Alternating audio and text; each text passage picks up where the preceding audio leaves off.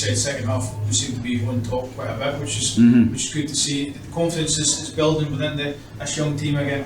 Aye, I mean, you can see that, you know, defensively I thought our two centre halves played 2v2 against, you know, two players that are a real handful, McAllister and McIntosh.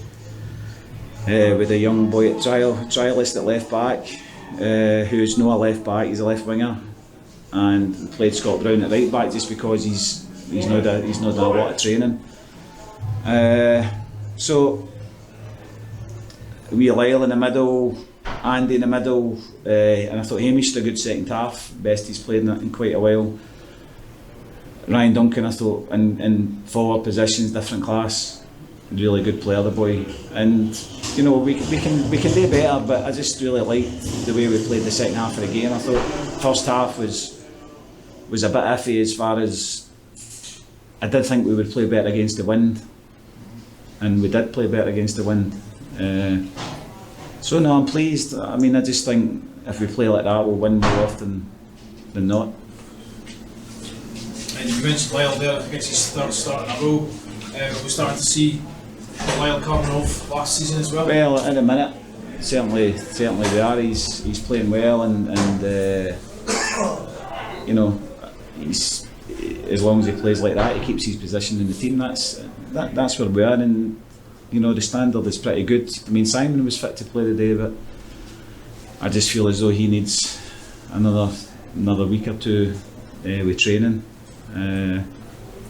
So no, I'm quite pleased where we are. I mean, they were missing key players, we were missing key players. We've got Grant Savoury.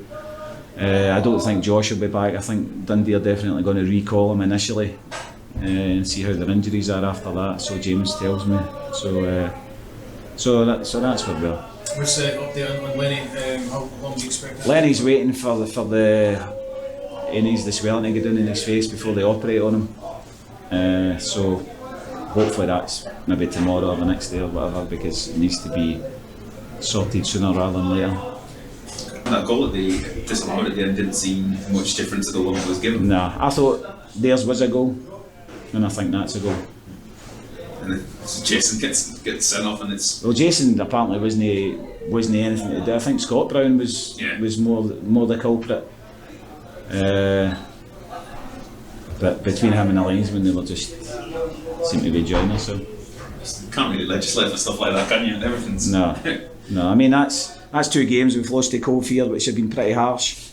But I thought that was more harsh today because I did think we were better in the second half. I thought we were better than them, and I was really pleased with the way we played. Ryan Duncan in particular, he seemed unplayable at times.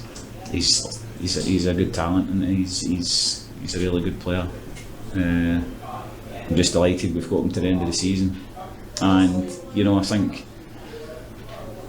don't know if I've said that, he looks like he's a boy who believed in himself, and there's a wee bit Tom Rogic type about him, you know what I mean, where he's got a beautiful left peg, and we've got Grant Savoury to come back in, and we're okay, you know. Simon's to come back in, and as I say, we've just played the team that's got a really clear lead, and I didn't think there was a lot in the game. What's with Scott Cusa? Is he? Scott was just in trial. He's been training with us a few times. He's actually a left winger, and just because he was actually left-sided, we played him there in a training game, which is obviously different.